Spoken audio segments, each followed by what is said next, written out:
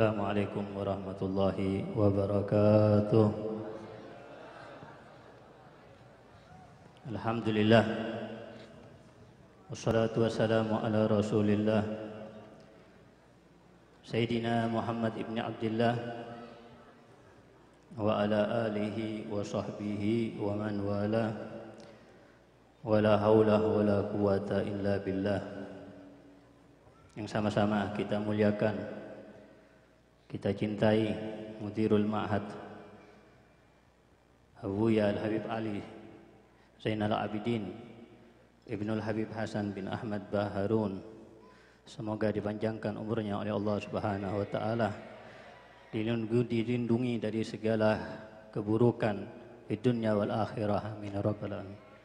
Dan yang kami hormati, kami muliakan para asatid, para habaib, khususnya Al-Ustadz Qaimuddin, dan juga banyak di antara mereka yang hadir bersama kita yang tidak bisa kami sebutkan satu persatu karena banyaknya mereka yang hadir, dan mereka semoga semuanya dikabulkan hajat-hajat mereka insyaallah. Diberikan kecintaan Nabi Muhammad SAW, amin ya rabbal alamin. Para auladi rahimakumullah, alhamdulillah kita semuanya bersyukur kepada Allah Subhanahu wa taala, yang mana pada malam yang mulia ini kita dimuliakan oleh Allah Subhanahu wa taala. Dengan apa kita dimuliakan oleh Allah Subhanahu wa taala? Kita dimuliakan oleh Allah Subhanahu wa taala dengan kita menyebut nama Allah, dengan kita menyebut nama Nabi Muhammad SAW. Malam ini mata kita dimuliakan oleh Allah Subhanahu wa taala dengan memandang para wajah-wajah ulama, wajah-wajah salihin. Pada malam ini Allah muliakan lidah kita untuk bersalawat kepada Nabi Muhammad SAW.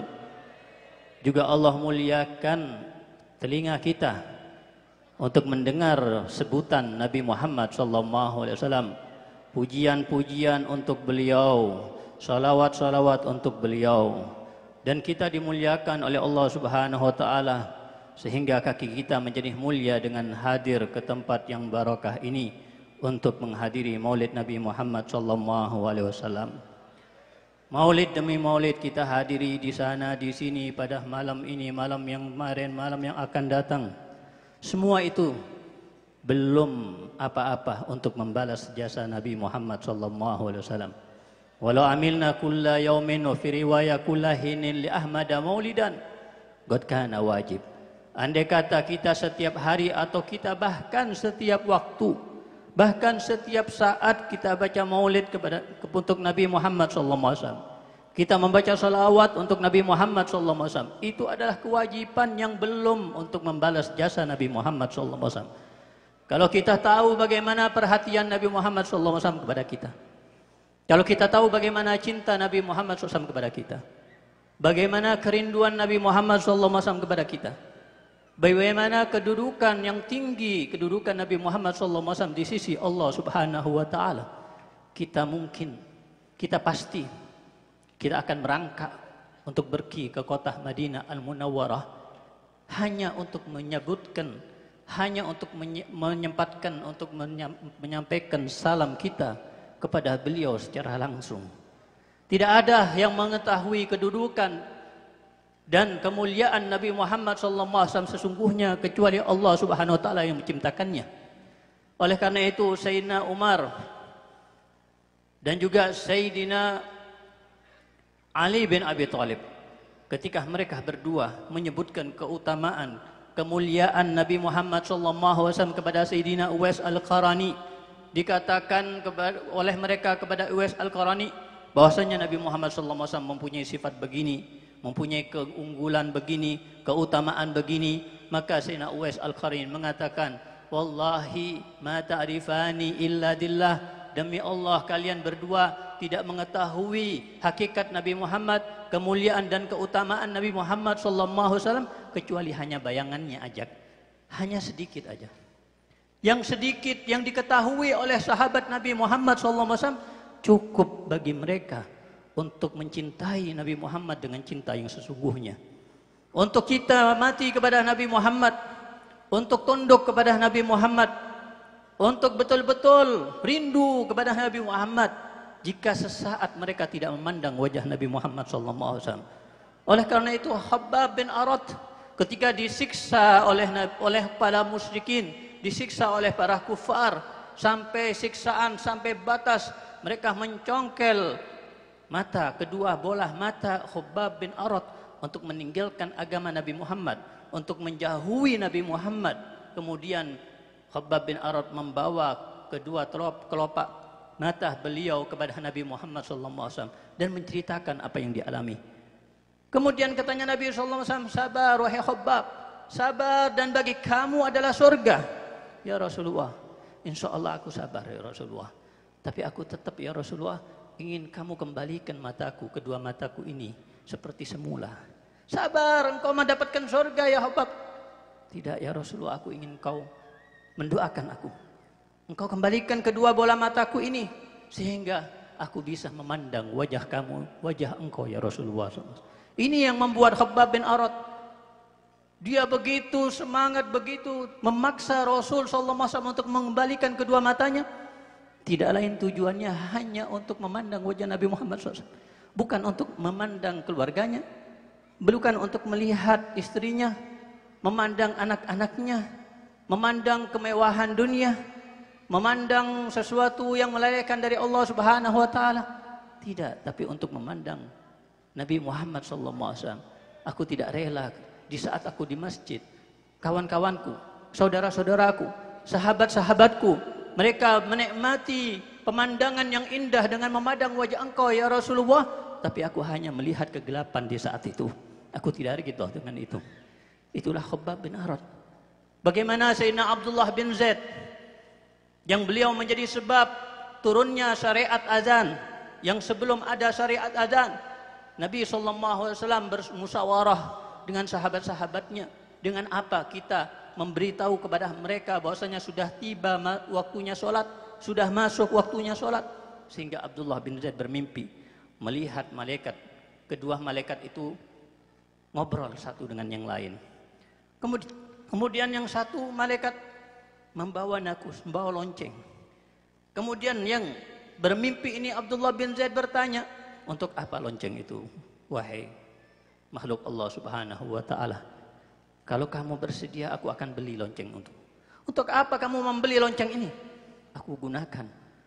Aku akan berikan kepada Nabi SAW untuk digunakan sebagai tanda masuknya waktu sholat. Maka malaikat dalam mimpi tersebut mengatakan, maukah kamu akan aku ajari yang lebih baik daripada lonceng ini untuk mengetahui waktu sholat? Maka diajari oleh malaikat. Katakan, Allahu Akbar, Allahu Akbar, asyhadu an la ilaha illallah, asyhadu an la ilaha illallah, asyhadu anna Muhammad Rasulullah, asyhadu anna Muhammad Rasulullah, sampai akhir azan. Terbangun dari mimpinya, berlari Sayyidina Abdullah bin Zaid dan menceritakan mimpinya kepada Nabi SAW.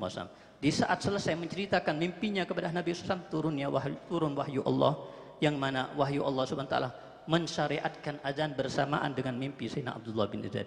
Sayyidina Abdullah bin Zaid di saat mendengar kabar di jalan akan wafatnya Nabi Muhammad SAW, di waktu di jalan diberitahu oleh seseorang, wahai Abdullah, tidaklah kamu mendengar kabar sekarang ini bahwasanya di Madinah sekarang ini sedang heboh, di Madinah sedang sedih, sedang berkabung.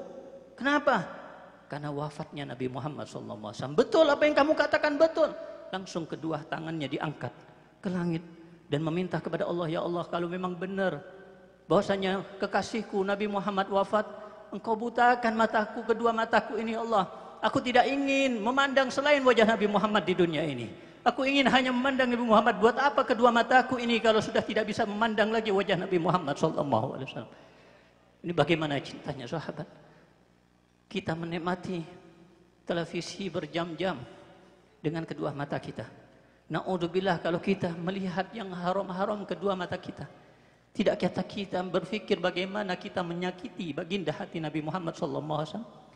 Tidaklah kita membayangkan Tidaklah pernah kita membayangkan bahwasanya apa yang kita lakukan betul-betul membuat sedih hati Nabi Muhammad SAW, atau kita mungkin mengira bahwasanya Nabi Muhammad SAW tidak mengetahui apa yang kita lakukan.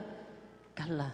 Allah Subhanahu wa taala mengatakan dalam firman-Nya, "Qul i'malu fasayarallahu amalakum wa rasuluhu wal mu'minun."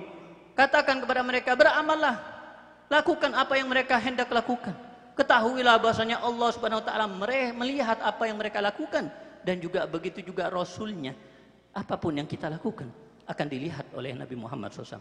Apapun yang kita ucapkan didengar oleh Nabi Muhammad SAW. Kalau apa yang kita lakukan akan membuat hati Nabi Muhammad SAW sedih, bagaimana kita akan mendapatkan syafaat Nabi Muhammad SAW? Tidaklah kita ingat bagaimana perjuangan sahabat Nabi Muhammad, bagaimana cinta sahabat Nabi Muhammad SAW, bagaimana seorang wanita di peperangan Uhud, ketika berakhir dan selesai peperangan, wanita itu mencari sosok Nabi Muhammad SAW. Aina Muhammad, aina Rasulullah, aina Rasulullah.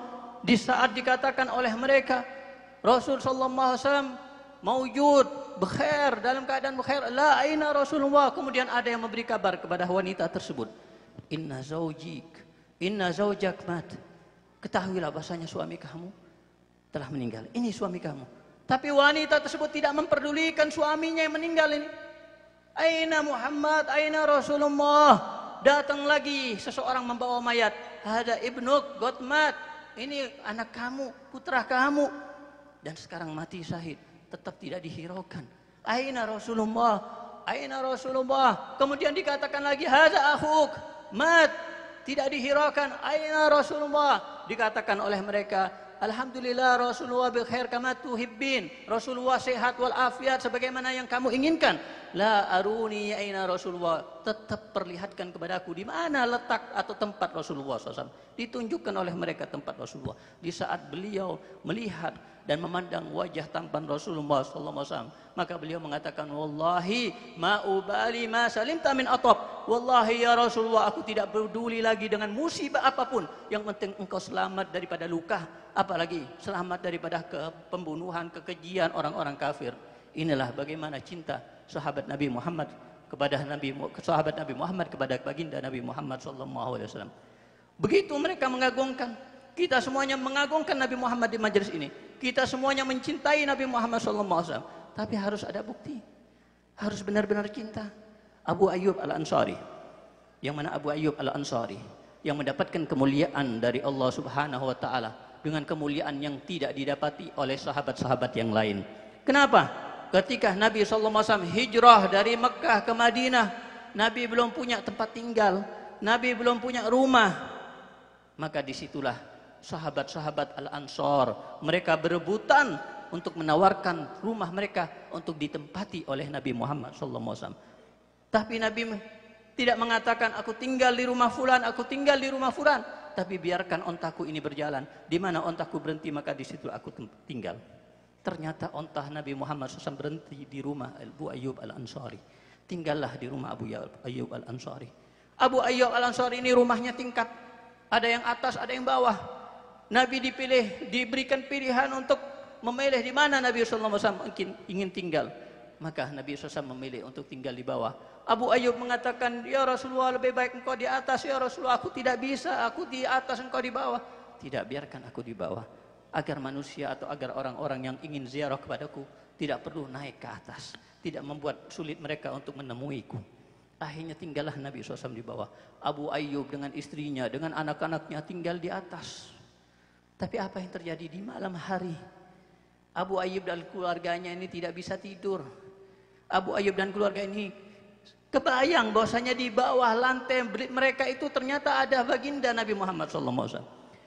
Mereka bergerak sedikit aja takut. Bahkan mereka berjalan itu dengan jalan yang pelan. Kenapa? Takut ada suara yang didengar oleh Rasul yang akan mengganggu istirahatnya Rasulullah SAW. Bahkan sempat timba yang ada di dalamnya air pecah di saat itu. Maka ketika itu juga langsung selimut satu-satunya yang digunakan untuk membuat hangat tubuh mereka ketika tidur, itu digunakan untuk mengepel air yang tumpah di saat itu. Segera saat itu langsung dipel. Kenapa? Kan takut satu tetes jatuh dan mengenai badan Rasulullah SAW. Itu bagaimana mengagungkan Rasulullah. Mereka Abu Ayyub Al-Ansari dan keluarganya menyiapkan makanan setiap hari untuk Rasulullah SAW. Disiapkan makanan. Dan tentunya makanan yang disisakan oleh Rasul dibalikkan lagi kepada mereka, keluarga Abu Ayyub Al-Ansari. Di saat dikembalikan lagi kepada Abu Ayyub Al-Ansari dan keluarganya, mereka berebutan di mana letak tangan Rasulullah SAW diletakkan di antara makanan tersebut. Mereka berebutan untuk mendapatkan berkah Nabi Muhammad. Bukan yang direbuti bukan yang enak-enak. Beda seperti kita berebutan yang enak-enak. Tapi ini yang direbutkan, mana bekas jari Nabi Muhammad SAW. Di saat mereka mendapatkan ada bekas jari Nabi Muhammad di makanan tertentu, mereka berebutan untuk mengambil, untuk mendapatkan berkahnya Nabi Muhammad SAW. Suatu saat mereka memasak untuk Rasulullah SAW dengan diberikan bawang. Berikan bawang banyak. Dan mereka suka bawang. Kemudian diberikan dan ditawarkan dan diturunkan makanan tersebut kepada Nabi Muhammad SAW. Ketika diturunkan kepada Nabi Muhammad, ternyata makanan itu utuh dibalikkan lagi kepada mereka. Kemudian ditanyakan oleh Abu Ayyub, ya Rasulullah, kenapa ya Rasulullah tidak dimakan? Maka Rasulullah mengatakan, aku sudah biasa munajat dengan Allah Subhanahu wa taala. Aku tidak ingin bau mulut yang tidak sedap ini ada di dalam mulutku di saat aku bermunajat dengan Allah Subhanahu wa taala. Ya, ini bau mulut bawang. Akhirnya apa katanya Abu Ayyub? Wallahi, yang aku begitu suka dengan makan bawang, mulai semenjak itu aku tidak pernah lagi makan bawang, karena Rasulullah SAW tidak suka makan bawang.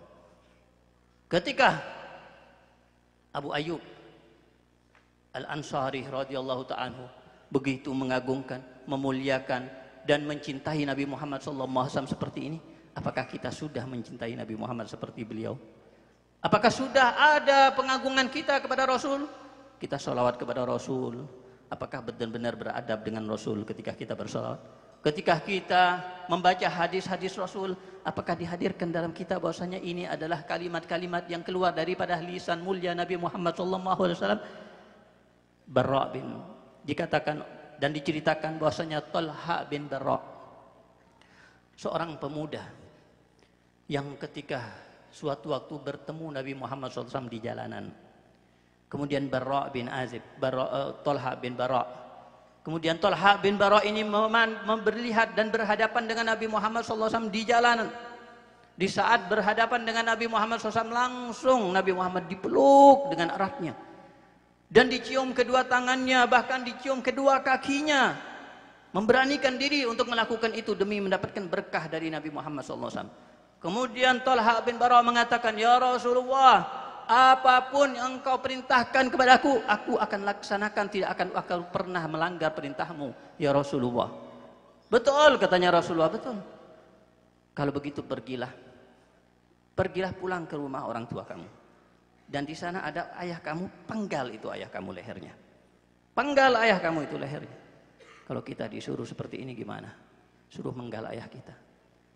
Apa yang dilakukan oleh Talha bin Barra'? Ketika itu juga segera langsung berbalik badannya melangkah untuk menuju rumahnya. Di saat sudah melangkah jauh, Nabi memanggil lagi, ya Barra' al-Aqbil, nahnu ma na'mul bi qati'ati rahim. Aku tidak pernah diperintahkan untuk memutus tali silaturahmi. Nabi hanya ingin uji bagaimana taatnya Talha bin Barra' ini kepada Nabi Muhammad SAW, sehingga di saat Talha bin Barra' ini mengalami sakit keras, menghadapi sakarat al-maut, Nabi SAW berkunjung ke rumahnya, disempatkan oleh Nabi SAW, dilihat oleh Nabi sudah pingsan, kemudian diperiksa dan dipegang badannya oleh Nabi SAW, dan dikatakan oleh Nabi kepada keluarganya, aku melihat bahwasanya ini tanda kematian, mungkin malam ini atau besok Barra' ini, Talha bin Barra' ini akan meninggal dunia. Tolong, kalau dia sadar nantinya, tolong panggil aku di rumah. Panggil aku di rumah sehingga aku bisa hadir sakaratul maut ketika itu. Ketika Nabi sudah pulang, benar. Ini Talha bin Barra' terbangun dari pingsannya. Siuman. Kemudian langsung yang ditanyakan saat siuman, hal ja'an Nabi SAW? Apakah datang Nabi Muhammad SAW? Tidak ditanyakan istrinya, mana anaknya, mana suami istrinya, mana keluarganya. Tapi yang ditanyakan, hal ja'an Nabi SAW. Maka mereka mengatakan, na'am, tadi datang Nabi Muhammad SAW. Apa yang dikatakan oleh Nabi Muhammad SAW? Dikatakan kalau engkau sadar, panggillah Nabi Muhammad di rumahnya. Sehingga beliau akan datang ke rumah ini.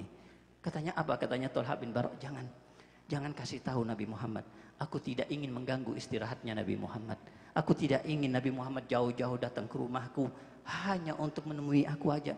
Aku tidak ingin nanti di jalan ada binatang yang mengganggu Nabi Muhammad SAW. Biarkan. Akhirnya tidak dipanggil sampai betul-betul wafat di malam itu. Tapi Nabi Muhammad SAW subuh harinya datang, diberitahu dan datang menyolatinya. Setelah menyolatinya didoakan. Dan diantara doa Nabi SAW, Allahumma ilqahu tadhak, Allahumma ilqahu yadhak ilaik wa anta tadhak ilaih. Ya Allah, biarkan Thalha bin Bara' ini bertemu dengan engkau ya Allah dalam keadaan dia tertawa kepada engkau ya Allah. Biarkan ya Allah, izinkan ya Allah engkau tertawa untuknya sehingga menjadi pertemuan yang membahagiakan dengan Allah Subhanahu wa taala. Doa Rasul tidak mungkin ditolak, doa Rasul pasti terkabulkan. Inilah bagaimana contoh daripada cinta Nabi, cinta sahabat Nabi kepada Nabi Muhammad SAW. Oleh karena itu Sayyidina Abu Bakar As-Siddiq radhiyallahu ta'ala anhu setelah wafatnya Nabi Muhammad SAW tidak pernah hidup senang. Selalu dalam keadaan sedih, selalu dalam keadaan susah, selalu dalam keadaan mengingat Nabi Muhammad SAW. Bahkan di waktu tahajud yang sebelumnya beliau banyak sholat waktu tahajud. Tapi Sayyidina Abu Bakar Siddiq setelah wafatnya Nabi waktu tahajud, beliau hanya menundukkan kepalanya di atas kedua kakinya, kedua lututnya sambil mengatakan wa Muhammadah, wa Muhammadah, wa syauqa li Muhammadah. Alangkah rindunya kepada Nabi Muhammad, alangkah rindunya kepada Nabi Muhammad. Ini tahajud yang diingat Nabi Muhammad yang disebut oleh Sayyidina Abu Bakar Siddiq Nabi Muhammad SAW. Begitu kecintaannya kepada Nabi Muhammad karena beliau kenal siapa itu Nabi Muhammad. Bagaimana perhatian Nabi Muhammad. Tidak heran ketika Sayyidina Bilal mengumandangkan azan setelah wafatnya Nabi Muhammad untuk pertama kali setelah bertahun-tahun tidak mengumandangkan azan lagi karena Sayyidina Bilal tidak kuat untuk mengumandangkan azan karena teringat-ingat Nabi Muhammad SAW. Ketika di Madinah beliau melihat gunung pun beliau akan ingat kepada Nabi Muhammad SAW. Apalagi melihat rumah Nabi Muhammad, apalagi melihat makam Nabi Muhammad, apalagi melihat keluarga Nabi Muhammad. Tidak bisa Sayyidina Bilal untuk tinggal di Madinah Al-Munawwarah sehingga memilih tinggal di Syam, jauh dari kota Madinah. Tapi di saat mimpi Rasul sallallahu alaihi wasallam memanggilnya. Ama ana laka anta zurana ya Bilal. Tidaklah sudah waktunya wahai Bilal engkau berziarah kepada kami. Ini mimpi Rasul untuk berziarah. Bagaimana Bilal dirindukan oleh Rasul untuk berziarah kepada Rasul sallallahu alaihi wasallam. Kita tidak berindu kepada Rasul untuk berziarah kepada Rasul sallallahu alaihi wasallam. Ini Sayyidina Bilal dirindukan oleh Rasul. Sampai betul-betul berziarah. Berhari-hari di perjalanan yang dibayangkan hanya Nabi Muhammad, keindahan dan ketampanan Nabi Muhammad SAW sampai melihat gunung Madinah langsung meneteskan air mata. Apalagi di saat sampai makam Nabi Muhammad SAW sudah luar biasa. Sayyidina Bilal menjatuhkan badannya di makam Nabi Muhammad sambil nangis di situ seperti anak kecil yang menangis. Sampai datang Sayyidina Abu Bakar, datang Sayyidina Umar, dan mereka berdua menenangkan Sayyidina Bilal. Ketika sudah tenang, mereka berdua meminta Sayyidina Bilal untuk azan, tapi Sayyidina Bilal menolak. Uzurni, berikan aku uzur, tidak bisa aku mengundangkan azan. Jangan diperintah aku untuk mengundangkan azan. Sayyidina Abu Bakar, Sayyidina Umar semua meminta tapi ditolak. Tapi ketika datang Sayyidina Hasan, datang Sayyidina Husain, mereka berdua meminta kepada Bilal, ya Bilal tolong untuk kami kumandangkan azan. Apa yang dikatakan Bilal? Wahai Hasan, wahai Husain, sambil memeluk keduanya dengan erat, dengan cinta, dengan kasih sayang. Aku akan melaksanakan perintah kalian berdua. Aku takut kalau aku menolak perintah kalian berdua, bagaimana nantinya Nabi SAW ketika bertemu dengan aku akan mengatakan, engkau tolak perintah kedua cucuku, kedua anakku. Itu yang takut aku dengar daripada lisan Rasulullah SAW. Dikumandangkan azan. Maka di saat dikumandangkan azan Allahu Akbar, Allahu Akbar, Madinah menjadi gaduh. Di subuh hari di saat itu yang mestinya dalam keadaan sunyi, tapi di saat itu suasana kota Madinah menjadi gaduh. Semuanya teriak. Mereka berteriak, mereka menangis, mereka gaduh. Kenapa? Karena mengingatkan bagaimana suasana di saat Nabi SAW masih hidup. mengingatkan mereka bagaimana di saat itu mereka bisa memandang wajah Nabi Muhammad, berikan mereka bisa menikmati untuk bisa mendapatkan akhlak Nabi Muhammad, bisa mendapatkan perhatian Nabi Muhammad. Begitu indah akhlak Nabi Muhammad, begitu indah melihat wajah Nabi Muhammad SAW. Maka di saat adzan Bilal, mereka ingat lagi suasana di saat hidupnya Nabi Muhammad SAW. Abu Isan Nabi SAW, apakah diutus lagi? Apakah dihidupkan lagi Nabi Muhammad SAW? Itulah bagaimana contoh. Maka di saat Sayyidina Bilal mendapatkan sakaratul maut, akan wafat, maka Sayyidina Bilal di saat itu dikelilingi oleh keluarganya, istrinya, anak-anaknya keliling duduk di antara mereka. Sayyidina Bilal ketika mau wafat, tapi di saat itu keluarganya mereka teriak-teriak mengatakan, wah huzna, alangkah sedihnya kami Sayyidina Bilal akan pergi dari mereka dan meninggalkan alam dunia ini. Tapi Sayyidina Bilal yang dikatakan dari lisannya apa? Wa farhata.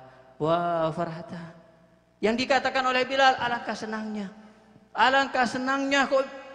Mereka mengatakan, kenapa engkau senang? Qadan nalqa Muhammadan wa sahbah, karena sebentar lagi kami akan bertemu Nabi Muhammad SAW. Itu yang membuat mereka nikmat. Mereka akan mati, bukan yang ditunggu-tunggu adalah bidadari di surga, bukan yang ditunggu-tunggu adalah sungai dari susu, sungai dari madu, sungai dari khamar, bukan yang ditunggu-tunggu adalah makanan yang enak-enak. Yang ditunggu-tunggu oleh mereka untuk masuk surga hanya memandang wajah Nabi Muhammad, kumpul dan duduk bersama Nabi Muhammad SAW.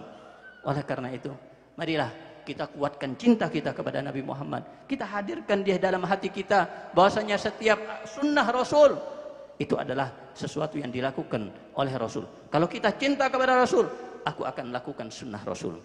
Rasul ketika masuk masjid mendahulukan kaki kanan, aku tidak akan berbeda dengan Rasul. Aku akan masuk masjid dengan kaki kanan. Ketika keluar dari masjid, Rasulullah bagaimana?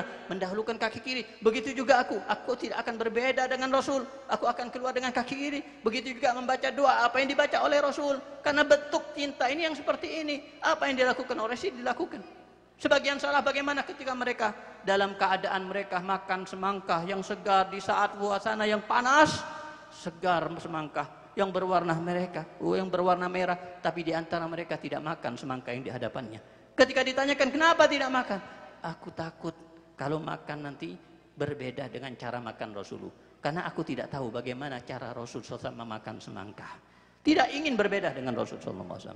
Oleh karena itu, alhamdulillah di majelis yang mulia ini kita berzikir kepada Allah.